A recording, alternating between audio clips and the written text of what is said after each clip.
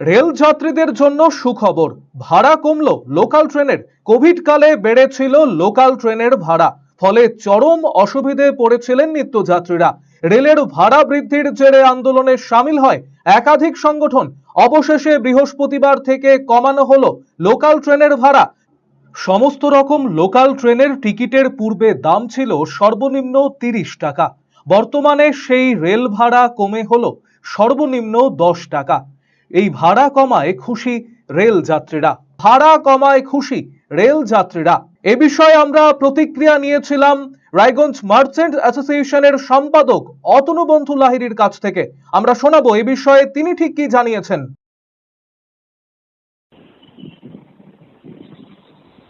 শুরুতেই যে বিষয়টি জানতে চাইবো যে সমস্ত লোকাল ট্রেনের ভাড়া যে 30 টাকা ছিল, সেই লোকাল ট্রেনের সমস্ত ভাড়া বর্তমানে কমে 10 টাকা হলো। এই বিষয়ে আপনার প্রতিক্রিয়া কি? আমি প্রথমেই রায়গঞ্জ মার্চেন্টস অ্যাসোসিয়েশনের পক্ষ থেকে বিষয়টাকে সাধুবাদ জানাই। কারণ করোনা আবহকাল থেকে লোকাল ট্রেনগুলোকে, সাধারণ ট্রেনগুলোকে স্পেশাল ট্রেন ডিক্লেয়ার করে এটার ভাড়া বৃদ্ধি করে দেয় 30 টাকা করে। সেই বিষয়ে এমনি তো করোনাকালে ক্ষুদ্র ব্যবসায়ী থেকে সাধারণ মানুষের প্রচণ্ড অর্থ সংকটে ভুগছিল, ব্যবসা বাণিজ্য বন্ধ হয়েছিল। সেই মুহূর্তে ওই ট্রেনে যাতায়াত করতে গিয়ে তাদের বাড়তি ভাড়া গুনতে হচ্ছিল। এটা ওই সময় থেকেই আমাদের সাধারণ মানুষদের এবং ক্ষুদ্র ব্যবসায়ীদের পক্ষে খুব কঠিন হয়ে উঠছিল।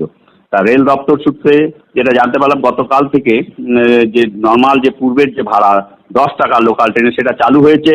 আমরা রেল দপ্তরকে সাধুবাদ জানাই রায়গঞ্জ মার্চেন্টস অ্যাসোসিয়েশনের পক্ষ থেকে। কারণ আমরা দীর্ঘদিন বিভিন্ন দাবির সঙ্গে এই দাবিগুলো আমরা রেলের ঊর্ধ্বতন কর্তৃপক্ষের কাছে জানিয়েছিলাম যে আমাদের এই প্রান্তিক জেলার সাধারণ মানুষের চলার যোগাযোগের একমাত্র লাইফ লাইন যে রেল যোগাযোগ, সেটার অতিরিক্ত ভাড়া গুনতে কিন্তু আমাদের সাধারণ মানুষের নাভিশ্বাস পড়ে যাচ্ছিল।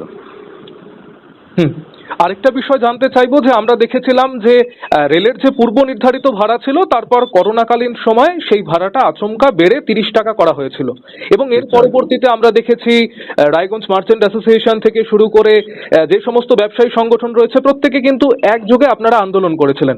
সেই ক্ষেত্রে কি আপনাদের আন্দোলনের এই ফসল হিসেবেই এই যে রেলের ভাড়া কমিয়ে নেওয়া হলো, এই বিষয়টি নিয়ে আপনার প্রতিক্রিয়া?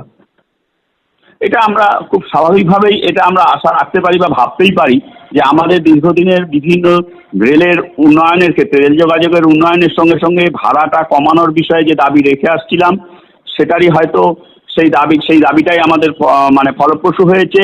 আমাদের কথা রেল দপ্তর রেখেছে, তাতে আমরা খুব খুশি। আমরা আশাবাদী। আমরা ভেবেছি যে আমাদের আন্দোলনেরই ফল হিসাবে হয়তো এই ভাড়াটা দীর্ঘদিন পরে একটা সাধারণ মানুষের নাগালের মধ্যে এনেছে, যেটা পূর্ব নির্ধারিত ভাড়া 10 টাকা লোকাল ট্রেনে, সেই ভাড়াটা করেছে রেল দপ্তর।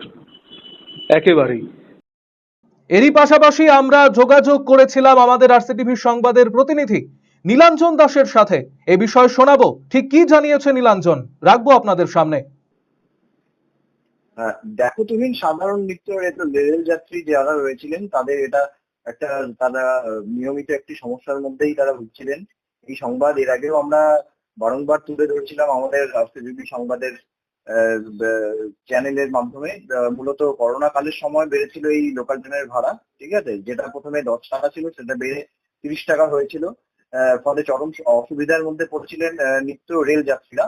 কিন্তু এই সেই সময়ের পর থেকে এই ভাড়া কমানোর দাবিতে একাধিক সময় কিন্তু আন্দোলনেও সামিল হয় একাধিক সংগঠন।